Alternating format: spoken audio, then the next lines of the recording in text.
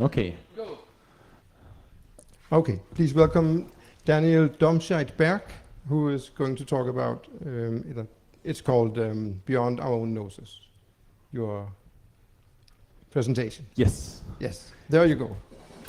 Thank you. So welcome everybody. I think a few more people are dropping in, so just find a seat or so somewhere. Thanks for coming by. So the title for this presentation might be a bit meta, so to say. Beyond our own noses, context to an ongoing revolution. From where I stand, actually, I would have done it quite a bit differently right now because it's not really an ongoing revolution as it is an upcoming revolution. So if you have been here yesterday, Anders has already been talking about, some of the changes that we are facing. Most of that, I think, is stuff we should be really concerned about. I have a few disagreements maybe about some other parts, but I want to try to approach this whole topic from a little bit of a different perspective. So I think you all know about some of the developments that are happening, but I think what helps, at least to me and maybe also to you, is to have context about these kinds of developments that we're reading about every day that are part of, the work we are doing and all of that. And I'd actually like to talk a little bit about this context so that maybe it helps to understand some of the mechanics of what's going on, and also we can understand a little bit better what our role in the current time is. So I have only have a few slides. This is number 1 of 3. This is a good picture to kind of show what is happening right now.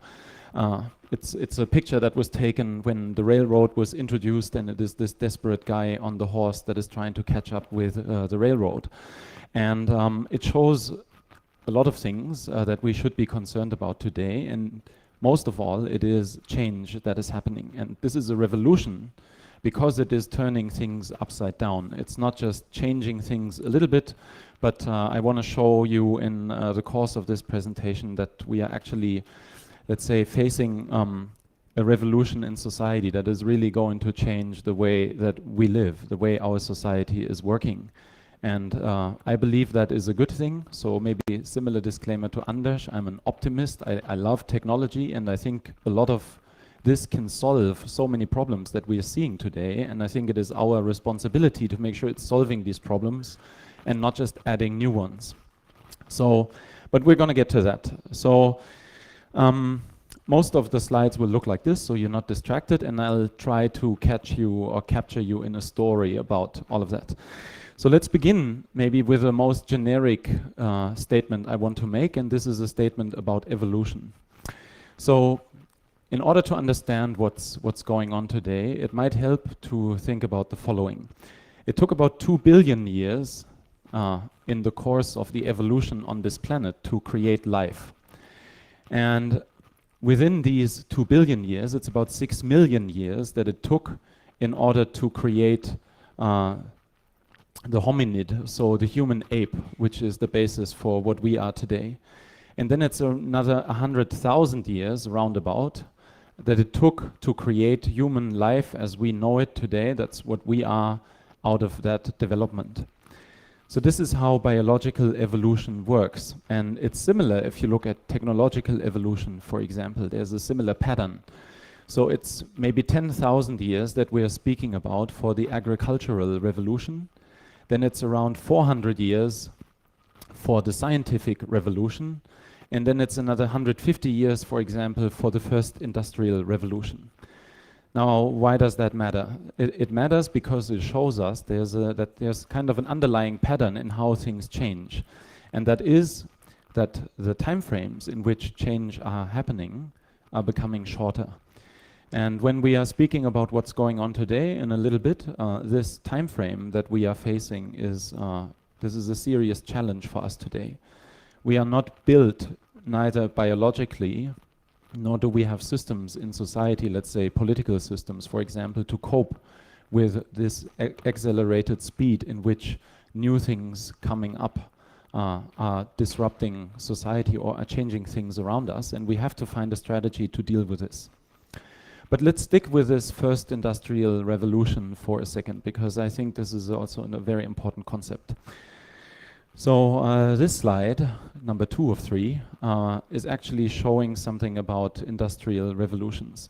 So first of all, they always go like this. You can always see this kind of a curve. An industrial revolution will start very small, and at some stage it will get very much accelerated, and then it will peak, and then it will slow down a little bit and drop out somehow. And then you have these overlaps, and I'm going to explain that in a little bit as well. You have these overlaps where one industrial revolution is kind of overlapping with the next one.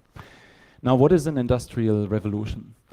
So as a first thought experiment, try to imagine that you are born maybe 600, 650 years ago. So imagine a world in which it is only a very small group of people, mostly people belonging to the Catholic Church, or people born into some kind of privileged families or so that have access to the right to learn how to read and write.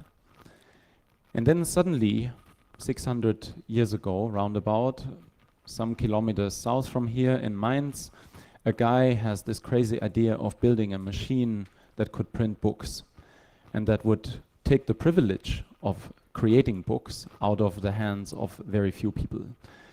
And what he does is he starts kind of a very early crowdfunding campaign. He's going around trying to find investors that believe in this idea. Similar as on Kickstarter, he's selling this idea, this vision that he has, and he finds some people that believe in the potential of such a machine. And then he creates that machine backed by some people, and it takes a few years until the machine is finished, and then suddenly he goes off and he prints the first Bibles. Now, not a lot has changed other than a machine printing Bibles the same way that other people have hand-copied Bibles before. But something else changes. Suddenly there is a machine. And suddenly many other people that have other thoughts, that have other interests maybe, than copying Bibles, they have the means to have these ideas printed on paper and distributed. So this is a communications revolution. It's similar as disruptive, or however you want to call that. I don't really like that word much either, but it describes a lot what's happening. So that technology is suddenly disrupting this privilege, this power that a few people had, and suddenly this is democratized in a way. Suddenly more people get access to the means of copying books and actually writing down ideas. And that's important because it's not only the ability to print a book, but it is way more than that. It is, for example, also the privilege to decide what is actually being written down at all. If you're the only one who can write, then you have the privilege to decide what is being written down. And what you write down is what you deliver down to further generations coming after you. So you are actually in the position to decide what is history and what isn't. And you're also not just deciding that, but you're also deciding with what kind of an interpretation things are written down and copied and kept for future generations. So I think it is impossible to imagine the situation before the printing press was invented. But if we try to figure out what the internet is doing today, this is a very good thought experiment, because the internet is another such communications revolution that is really changing the game. And that is kind of, at least I'm a network engineer, and if it all turns out very nicely, that can change this game completely, because it's going to be just as different today or in the next few years as it was back then when the printing press was invented. So what happens is that with this, a hierarchy is being reduced. More people get access to information, and if you have more access to information, you can broaden your horizon, you can look over the border of your, you can look beyond your own nose. That's, I think, the proper English translation. So after this printing press is invented, we can see that, for example, we have the scientific revolution coming up, people having ideas about science, being able to communicate to one another, communicate these ideas. we can see that we are entering the age of Martin Luther, for example. The only way that Martin Luther could question the whole system of the world is by having access to a printing press. And I think there's nothing more radical anybody a few hundred years ago could have done than question this existing system of the world and having an alternative explanation for why things are the way they are. So this is as radical as it could be. Now, the printing press is only, as you can see here, is only one of three parts. And an industrial revolution, at least this is the explanation that I read and that seemed to be very conclusive to me, is made out of two other, or in total 3-part revolutions. And the two other ones are a revolution in energy production, and the third one is a revolution in logistics. So if we can, maybe you had that in your history classes or so at school, when suddenly a few hundred years after the printing press, the steam engine was invented, suddenly all these printing presses could be powered by a steam engine, and then suddenly the steam engine could also power a railroad network that was being constructed, and that was the basis for all this knowledge being written down to be delivered all over Europe, and this was the basis basically for a first industrial revolution. Now, the first industrial revolution, it changed everything. It was what created the first factories. It was what made all the work people were doing manually kind of redundant suddenly because it could be done in a factory. But it also required other changes, other revolutions in society, for example, a social revolution. One of the things we can see that were introduced in that time are also, for example, health insurance and regulation to protect workers and regulation to prevent children from being forced to labor in these early factories. So we can see that these industrial revolutions are also accompanied by social revolutions, or at least they ideally have to be, because it's not just technology that is changing, but it is also the social environment that is being heavily influenced by this. And if we cannot come up today with a social revolution to accompany this industrial revolution we are seeing, then I think we are facing some of the problems that Anders has been addressing last night. So let's fast forward a little bit into the 20th century, where we have another industrial revolution. This time it's electronic communications, so the radio, television, the telephone, all kinds of media that suddenly turn up outside of the realm of books, that help people to broaden their horizons, to look beyond their own noses, to come up with innovative ideas, to inspire each other, all of that. And it's fossil fuels, and it's not just a very broad network of railroads, but it's a very narrow network of streets that are being built that can are the basis for cars traveling, and again the cars bringing all this knowledge into the far corners of this world. And today, if we fast forward a little bit, we are kind of at this intersection here, where this second industrial revolution that at least I was still born into is kind of fading out, and with the internet and the advent of computers, we are seeing a third industrial revolution on the horizon. Now, a lot of the topics that we are speaking about today are part of this new future that will change the dynamics and the fabric of society in a way I think we can't really imagine today. So I was born in 1978. My father, for example, he was working in an insurance company at that time, and he was starting to raise a small family, and my father and my mother were thinking about constructing their own home. And then in the mid-70s, my father was approached in his company by his superior, and his superior said, we have this crazy idea for an insurance company that we could build a small data center and we could buy a mainframe, and we could see if a mainframe is something that will be of value to insurance companies in the future. So will insurance companies need computers? This was a question that was totally radical 40 years ago. And my father, for him, this was a decision that would influence the whole rest of his career. It would influence if he could make the payments for the home he is just about to construct, or he wants to construct. He was planning to have a family. So 40 years ago, this very fundamental decision, if computers make any sense at all, was totally new in society, at least in the commercial field. The military is always, as we heard as well yesterday, and that's another issue, but the military is always a few years earlier. But in the commercial sector 40 years ago, this was the decision to be taken. My father left work 2 years ago and went into his pension. And he went into his pension at the time when this same insurance company was talking about how to make use of artificial intelligence technology to actually get rid of people doing all the work of, for example, insurance brokers.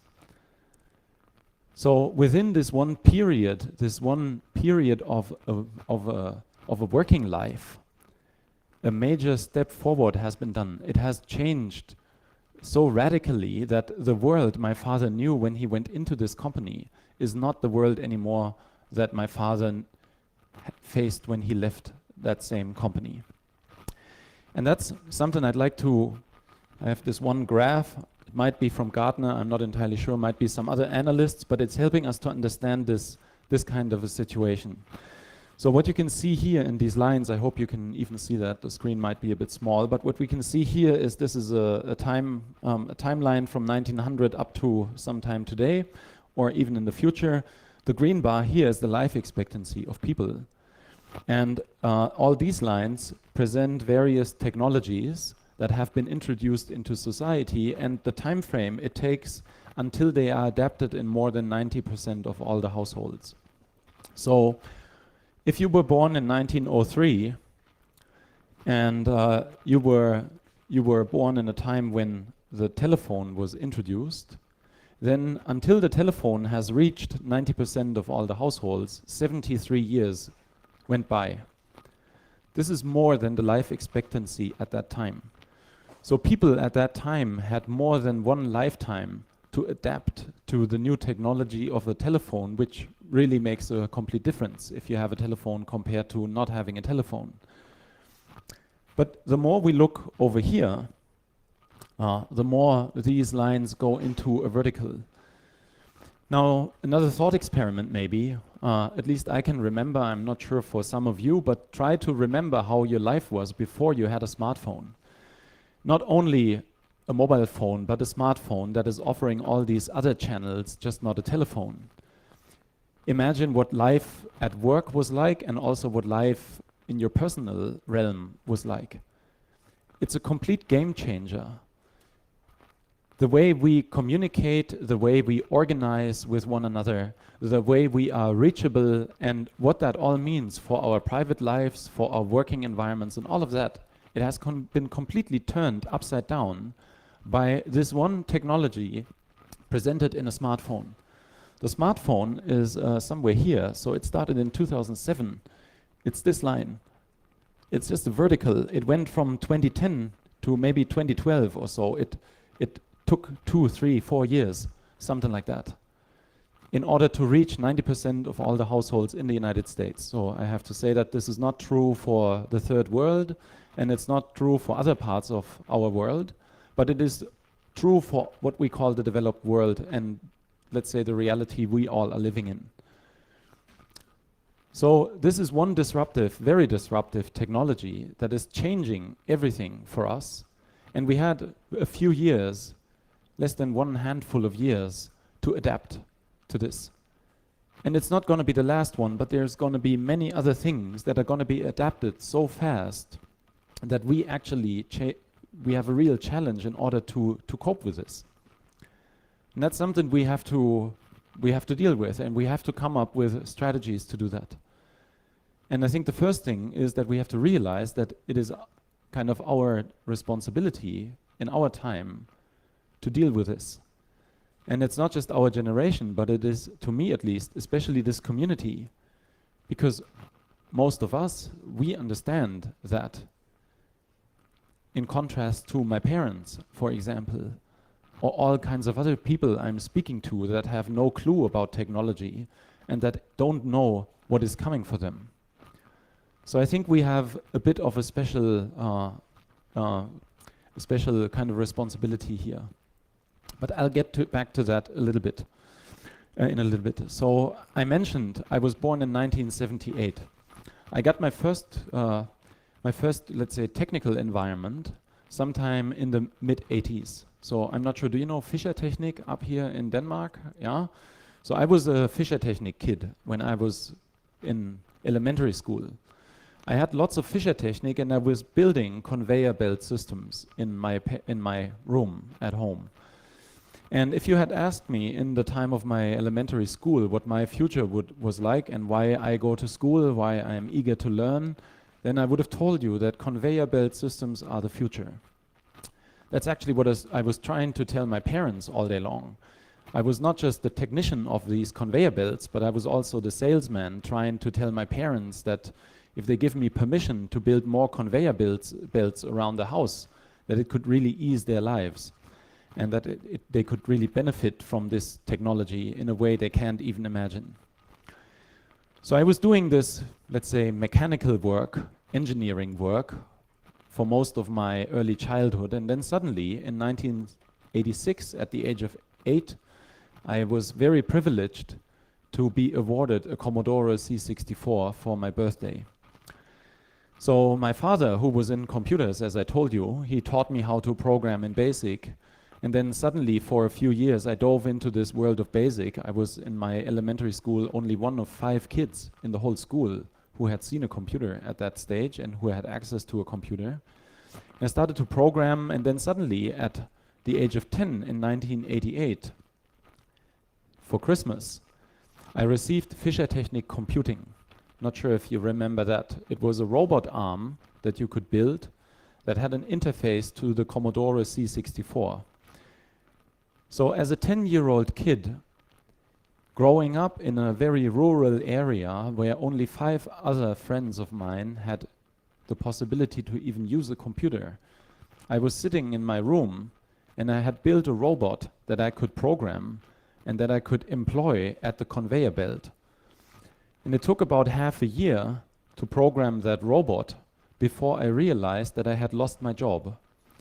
Because now suddenly the robot was doing all the work at the conveyor belt, and it could, all the stuff I had to do manually could kind of be automized.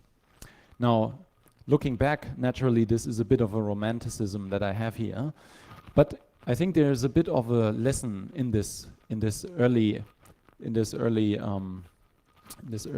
experience I made. For me, if I look back today, and if I'm wondering if automation and robotarization is a good thing, or if this is a bad thing, then I think I didn't really lose anything. Sure, I lost this job at my conveyor belt system, but I was opened up a new world, which allowed me to be way more creative, which also catered way more to the potential that I have, for example, which limited me less, but it opened up many more things. And it actually also meant that I spent less time inside and I spent more time again outside. So I think, looking back, that it kind of freed me from hanging out at my conveyor belt system all day long. And to me, if we today look at automation, if we look at robotarization and all of these topics, I think ideally this is the perspective we can take. So I agree, for some people this might not be the case. But then again, for some of the technologies I want to speak about next, I think for many of these we could potentially at least agree that people have something better to do than that. So what are the technologies today and in the future that are going to change things so that you could really call it a revolution? So there's a few technologies I'd like to discuss. It's generally, there's probably way more. A few of them have been addressed yesterday, but I think there's a few things, a few key technologies that can be good examples for how the world is changing. And one of them, for sure, is 3D printing. So I'm not sure how many of you are involved in 3D printing or actually interested in this. Most of you will know that there's a few 3D printers around this place. You will have seen an Ultimaker or a RepRap or whatever has been around this community for a very long time. But beyond what we do here, there's a whole new world of productivity and production actually that is opening up. So we can not only print, let's say, plastic materials these days, but if you go to China, for example, they are printing whole houses. This is a trend that has started in China, and it is taking, for example, Dubai by storm. Yeah, so 3D printers that are large enough so they can print walls and they can print full houses, and they can do that in a very meaningful manner. So in China, 2 years ago, they showed a showcase where 10 houses were printed in 24 hours. And the material that was used was grinded down houses. So they took old houses that were torn down. The material was grinded very small. It was recycled in some way. And then they printed new houses out of that. So what they can do, first of all, is that they can print structures. You know that from the 3D printing we see in this community. You can print structures that you couldn't construct otherwise. So from statics, I hope you call it static, but from the angle of how a house is made and how it can withhold a storm, for example, we can come up with structures that are totally new and that you couldn't do in any other of the old-fashioned traditional ways how you would build a house. You can also do this very cheaply. One of the houses that were printed in this showcase had a price of around 5,000 euros. So if you look at housing crisis for refugees all over Europe, you can't really buy ship containers anymore. I'm not sure if you know that, but the ship containers are all sold out because we have to make temporary housing for refugees out of that. So what about the technology being applied to something like this? What about people still living in cardboard boxes somewhere in slums all over the world? What does it mean if we can print houses that can withstand a storm rated as a storm category 8 or so with a 3D printer for very cheap money? This is a huge potential. In Dubai, they have just announced that they want to print 25% of all the new constructions in Dubai, and probably you know that Dubai is building like crazy. They want to print 25% of all the new constructions until 2030. This is like in 13 years from now. This is just around the corner. There are plans for 3D printers that will print the foundation of a house, and it will print the first floor, and then the printer will move up on the outer edges of the house, and it will print another floor, and then it will just continue until it has printed all the floors that are supposed to be there, including most of the interior, at least the rough parts, and then it will just roll down on the outside of the houses again, and it will go to the next construction site. In the Museum of the Future in Dubai, they printed a house as a showcase as well, and it involved just one person, one builder, a guy that was just basically maintaining the printing machine. If we look at other parts, we can print metal today, especially in the aerospace industry and airline production or so. Lots of really specialized parts are being printed in metal. We can print glass, we can print ceramics, and we start to print biological organisms. So today you can also already print blood vessels. And then there's about 10 years or so until, at least hopefully, I think, we will see the first transplantable organ being printed. So the first liver, because it's the most, the first heart, sorry, the simplest of all the organs we have. About 10 years until we can see that coming from a 3D printer. So I have an uncle who suffered from a liver disease, and he had to have a transplanted organ. And it was a really hard time, and he was on this long waiting list. Maybe you know somebody that is on a waiting list for a transplantable organ. We are leaving this world within the next 10, 15 years or so. And to me, as a technology optimist, this is the greatest thing. I mean, how great would it be if anybody that is suffering from such a disease, if anybody that needed a replacement, not, voluntarily cutting their arms off to get the replacement arm because it's much stronger or so, but people that actually require that because they suffer from a disease or from an illness. How great could this future be if this would not underlie a natural scarcity anymore? How great would it be if we could everybody could have access to that? And this is a very important thing to understand. We are also entering a world of zero marginal cost. I hope you know what that means. It means that basically an invention once is very expensive, or at least to some extent expensive. But to then use that, the cost becomes very marginal and it goes towards zero. This is what digital is all about. The whole debate we had about copyright in the last decades or so is about this zero marginal cost, because we can all have the same film, we can all have the same audio file or so without taking it from somebody. We can reproduce it at a cost that is kind of basically zero. And that same law, that same dynamic will go for organs we can transplant. This is the copyright question. You know, we're entering a time where a transplantable organ will basically only be the knowledge about how to arrange zeros and ones, so that that arrangement represents a transplantable organ. But who owns that knowledge?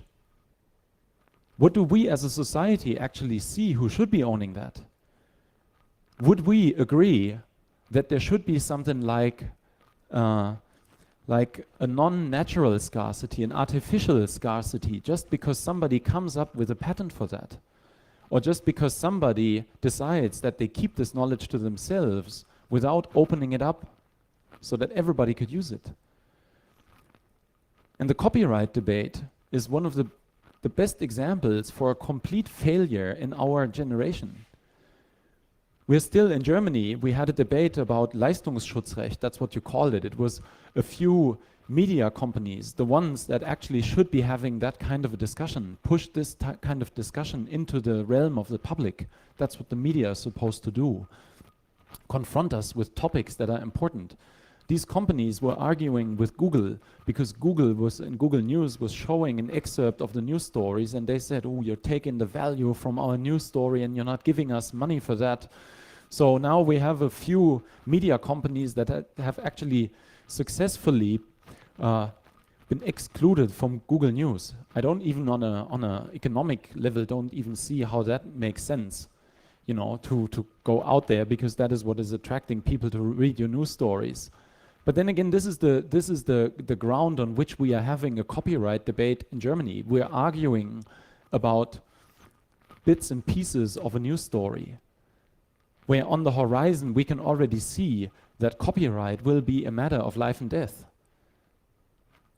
And we don't have that debate. And that's the generic problem of today, is that we lack this debate, because this debate is actually only possible in a window of opportunity. This is, to come back to that slide, this is here. You know, this is the window of opportunity. Because in a few years' time, this will go so fast that there's no time to actually have a discussion about what kind of an environment we want to see these new technologies in. Another example, moving away from 3D printing, take autonomous driving. You know, I think this is the best thing that could be happening to us. You know, I hate spending time in a car. You know, sometimes, I agree, riding a motorcycle is a great thing, because it makes sense to actually repair an old motorcycle, I think, because, coming back to the talk of yesterday, because I think you're learning something by that.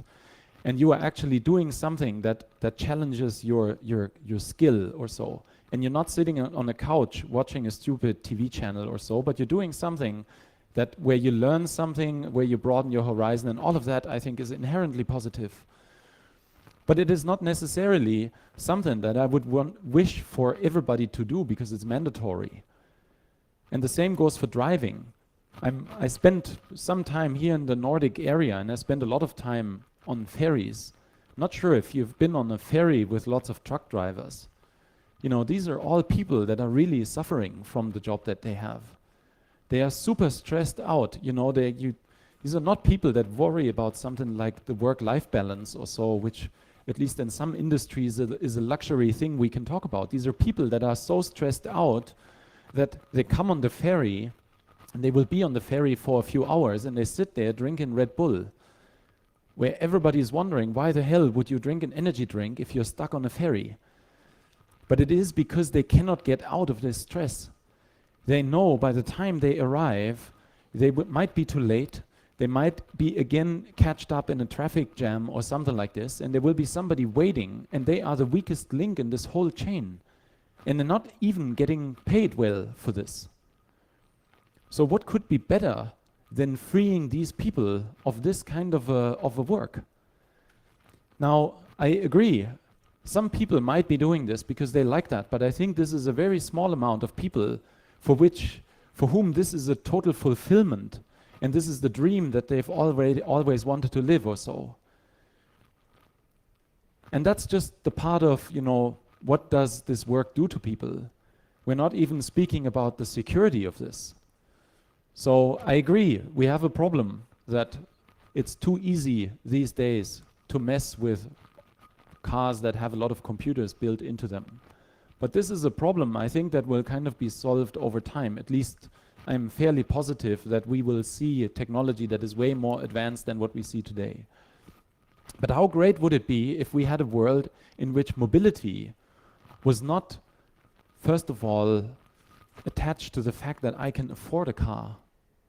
But how great would a world be in which we can think about a flat rate for mobility or so, where no matter where I am, if it's in a city or if it's in the rural area or so, where I can say I need to go from here to there, and then whatever kind of a transport vehicle picks me up and brings me where I need to go. And this can be a 3D printed Ollie by Local Motors, or it can be a VTOL, these vertical takeoff and landing things, that are in Dubai 2020. They will have, at the World Exhibition, there will be vertical takeoff and landing taxis. They are already being tested. Not sure how many of you grew up with Blade Runner, thinking that this is when I saw Blade Runner as a kid, I thought this is so fucking crazy. The fact these flying vehicles, but this is becoming a reality. We will see that. But what does it mean if 8 million people in the United States, for example, are working either driving cars or trucks, or working in the environment, in the ecosystem of that, cooking food for drivers, making beds for drivers? 8 million jobs attached to this one industry that will become more or less obsolete within the next 10, 15, maybe 20 years. What do we do with all these people? In Germany, we have Hartz IV. This is the benefits you can get from the state if you can't find a work. I can tell you it won't scale to the amount of people that suddenly are without work. But what is work, actually? How do we define that? I mean, how many of you are engaged in projects that are not paid, but that are more meaningful than what you do as a paid job? I spend so much time teaching kids programming and soldering with kids and all of that. This is so much more meaningful than all the stuff I do that's getting paid. So again, similar as thinking back to my childhood, this is where I draw some positive idea out of. I think I could use more time. I think I could use that time very, very well. I'd not be rotting on a couch wondering what the purpose of life would be. And I think this is true for most of the people. So what do we have to do? And how do we deal with that? We can't tell 8 million truck drivers. It's very ironic, by the way. There was a study on medium.com that was dealing with this autonomous driving thing, and they looked at the proportion of jobs in the United States. And in most states, the truck driver or the driver in general is the most prominent job. It is, from a quantity perspective, the job with the most numbers. Something we in Europe, I think, can't really imagine, but a lot of stuff is happening on the street in the US. And in most of the states in which this was not the case, it's software engineers. And the irony there is that the software engineer is actually working on ridding the world of the truck driver, but there's no forum in which these two sit at a table and talk to one another about how they could go along with this. And I think we can't tell truck drivers that, or people working on a construction site that are being replaced by 3D printers, or some other jobs that are going to cease to exist, insurance brokers that suddenly have been replaced by an AI, or bankers, or whatever. We can't tell these people that they now can become software engineers. You all know that this is not really the way it works. But I think there's a lot of more meaningful things to do. When I left school in 1997, I read a book which was called The Future of Work. And it was a new report put out by the Club of Rome, so one of these old school think tanks. And this was really inspiring because in 1995, when this book was published, they were writing about the fact that, for example, a mother raising their children at home and doing this well is actually doing meaningful work, but why isn't she paid for that? 20 years later, we have not made one step further. We are still stuck in the same situation as 20 years ago. We have federal elections in Germany this year, and if you look at the party programs, everybody says we need full employment. It's not going to happen. This is something of the past, and if we don't even address the reality that this is part of the past, then how are we supposed to talk about a plan for the future? And that future is made out of so many amazing things, but also dangerous things. Things that are opening up questions that are so fundamental to us as a society that we need to have this debate. I'm not sure whom of you have heard about CRISPR. Do you know CRISPR, the DNA editing thing? So I just ordered 2 CRISPR kits from the United States. Not sure if you know, it's a DNA editing methodology or so that you can use basically in your basement. It has made editing of DNA and inserting new features into DNA. It has made this so easy that this will be addressing serious or bringing up serious challenges in the future of where to draw the line. And there was a NASA engineer who thought that CRISPR is such a nice thing and such an important thing that actually everybody should be able to do these experiments. And then they created the Open Discovery Institute, and they made a Kickstarter campaign, and now for 150 euros, you can order the CRISPR kit, and then you can make an experiment at home in your basement or in the kitchen or wherever. And you can take a piece of yeast, and you can make it glow under fluorescent light, for example. Or you can take an E. coli bacteria and you can make it immune to one of its natural enemies. This is what's gonna drive a lot of change within our lifetime.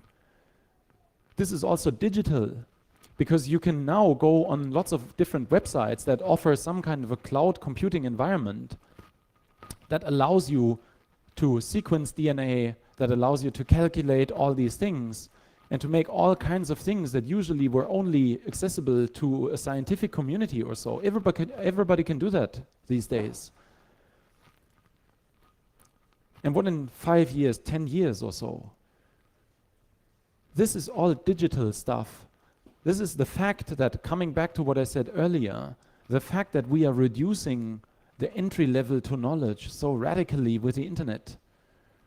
I'm a network engineer from where I professionally come from, and to me, net neutrality was one of the most important concepts of all, and not because I think a phone call should have the same priority as somebody's email or so, but rather because of the more fundamental thing it implies. In a net neutral environment, we are all on eye level. Everybody that has access to the internet has the same right to have access to information, has the same right to exchange with everybody else. So if we look at the printing press and how the printing press has reduced the hierarchy, then the internet, to me, is a technology that could be the basis for the first inclusive society. A society which is not made of exclusive small clubs where it's only a few privileged people having access to something, but where actually everybody that gets access to the internet is part of an inclusive community, has access to the whole wealth of the knowledge that we have ever discovered as a civilization. And how great could that be? But when do we start discussing these things?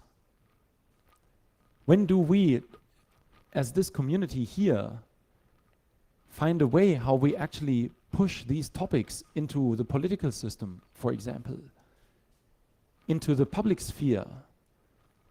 How do we communicate that? We are really terribly failing this.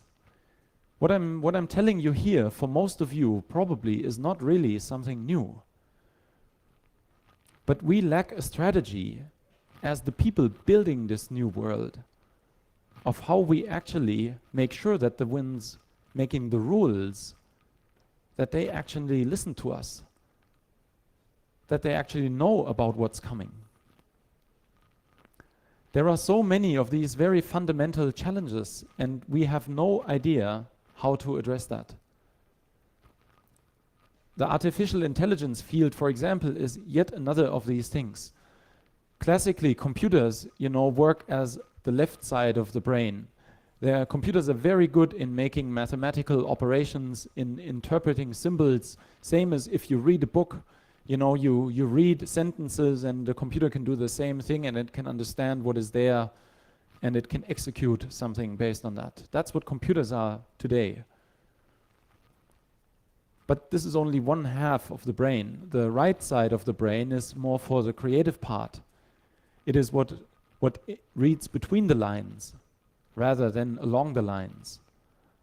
It interprets things. It has creative features. And there's a whole world of IT that is addressing this right side brain issue. So if you look at IBM, for example, I'm not sure if you heard about True North as a chip that IBM has been researching on for a few years now. This is one of these efforts in order to come up with a technology that can function as the right side of the brain. Something that does not execute a program, but rather creatively learns. If you read up on these chips, I can just recommend that. They are already really scary and very powerful. They don't consume a lot of energy.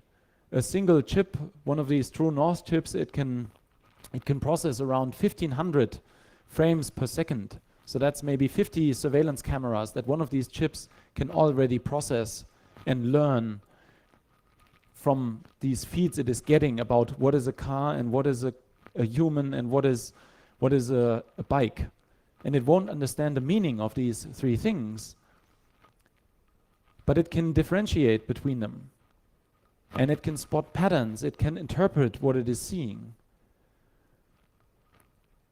How long will it take until these chips are getting so small that they're just going to be deployed everywhere, just as all the other stuff that we see being introduced at such a rapid speed?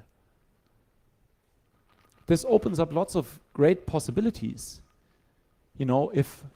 If Siri or whatever kind of a program you have that is actually trying to understand what you want from it as an agent, if that is not running in the Amazon cloud or in the Google cloud or the Apple cloud anymore, but it is running on your phone, and you don't have to necessarily share that with a cloud and an algorithm to interpret what you want, but it's rather a chip that is locally with you, that talks to you, that'd be a great advantage. But how do we as a society make sure that actually we have some kind of ownership about this? These are all matters of transparency about open source, open hardware, all these concepts that are becoming so increasingly important. Open algorithms, the ability for us to understand what actually is being done and how it is done. But all we kind of, at least to me it seems, all we kind of have managed to, how we manage to push the open source debate into the world is a discussion, at least, let's say if you look at politics or if you look at bureaucracies, is the discussion about if they should buy Microsoft licenses or deploy Linux. That's the open source debate. we are having at large in society. It's not a philosophical debate. It's not a debate why transparency and the ability to understand things, the ability to also validate things, why these concepts are going to be important for the survival, important as a basis for any kind of a free future at all. How do we do that? I don't really have an answer to that. But what I know is that this community here can change the world. It's all the people here, the people that were at SHA a few weeks back. It's people that go to, you know, I'm a long time participant in the Chaos Communication Congresses in Germany. We are 12,000 people by now. If these 12,000 people would agree to join together in order to change the world, I think nobody could stop it. But we're kind of trapped somehow. We are trapped with all these little projects that we have and all these new technologies that we can play with and all kinds of things. And we're kind of, I think, missing this bigger picture that all of this has. And I have no real answer to how we can do this better, but I think that we have to. Because this window of opportunity there, it's going to close. And to me, from where I stand, I think it's going to be basically two choices that we have.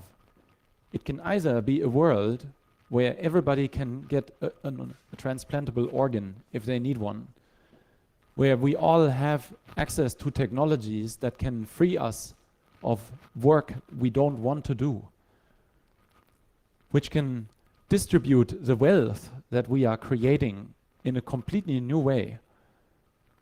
Or it can be the total opposite. It can be a world in which we see monopolies as today, as Amazon, Google, and Apple, and maybe 2 or 3 others, that have become so wealthy and so powerful that it lacks any kind of a comparison in the history of our civilization. It's either going to be one or the other. There's not a lot in between, I think. And I think we should not, I mean, to me, it would be clear what we want. So I hope that's kind of, let's say that's the takeaway I want to give to you, is that don't forget about this. Don't forget about the responsibility we all have outside of the small projects we are working on when it comes to communicating these things, when it comes to making sure that the rest of the world is not left unthought of.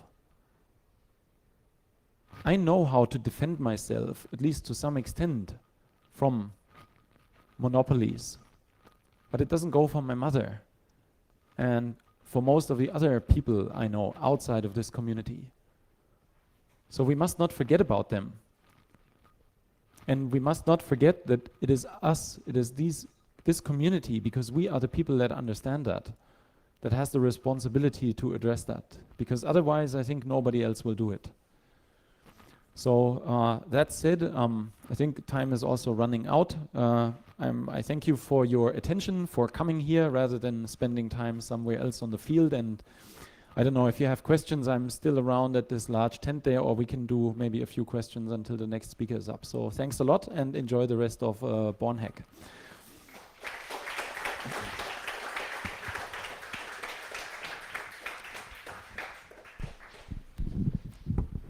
Yeah, we do have time for questions.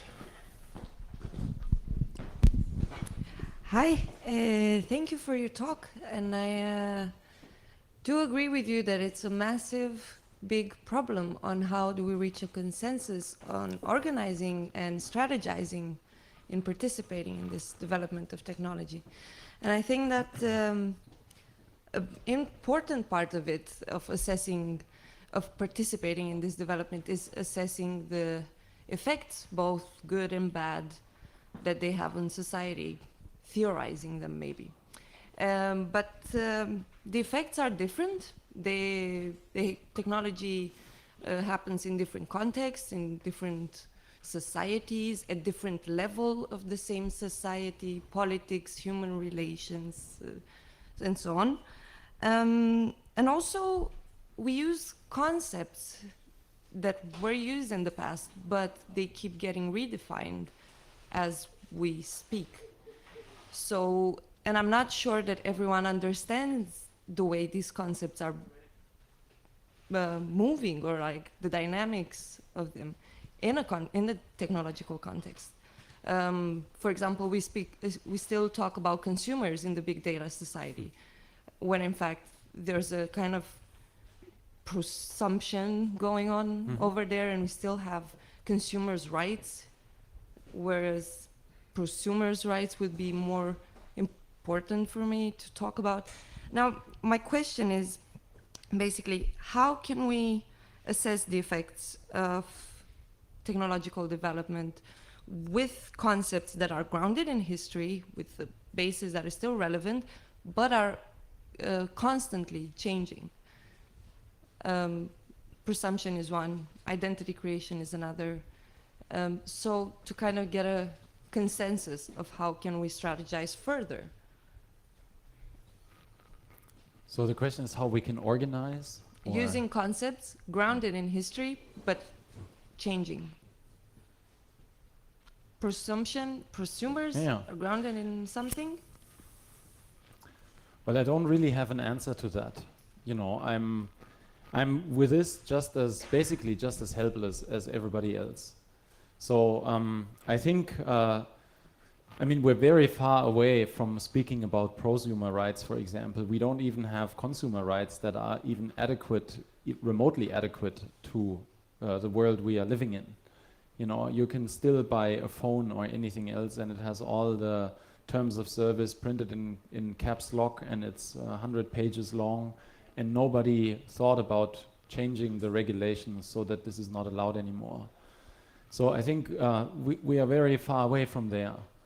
But what maybe to approach this from a different topic, you know, one of the biggest advantages of this time is that with digitization, everything can be copied. And there is no reason why we cannot take things that are good and we can free them from being provided by one of these big monopolies or so. You know, I've been experimenting a little bit with Mastodon, for example. So there's no reason why we couldn't create an ecosystem of a distributed social network that has all the features that Twitter or any other social media platform has. And it's just better than that.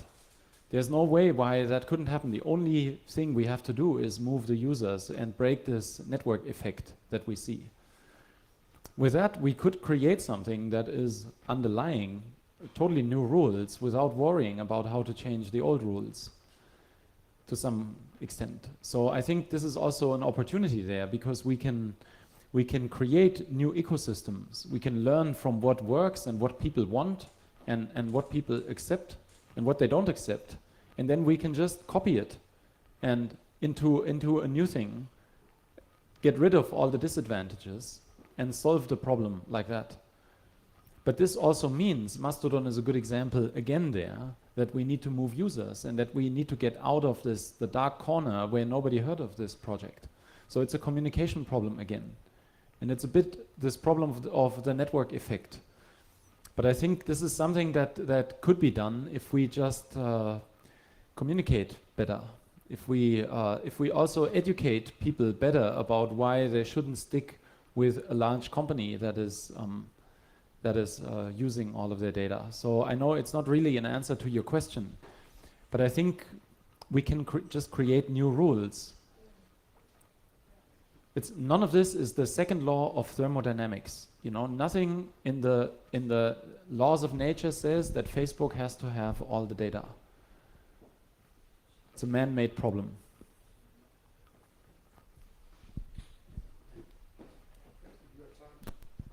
Yeah, we're a bit over time, so maybe we can take it. Either just a short question, or you can continue later. It's sort of the same, because, I mean, you say we need new solutions, right? But if I look at the old solutions, like, for instance, people in the old days wanted to send a letter that wasn't snapped by the king, right? Yeah. They made solidarity, they made trade unions. So, I mean, as I see the first industrial revolution, it moved peasants to the city and such, right? And they had some solutions, a moderate trade union, the peasants had liberalism and so forth. And what I don't understand when I also talk to politicians is that everybody said we need a new solution. But I would just prefer that they keep their old solutions so that, for instance, if they're from a liberal party, then they don't want emails to be snapped up. And here I actually think Germany is a lot better than Denmark.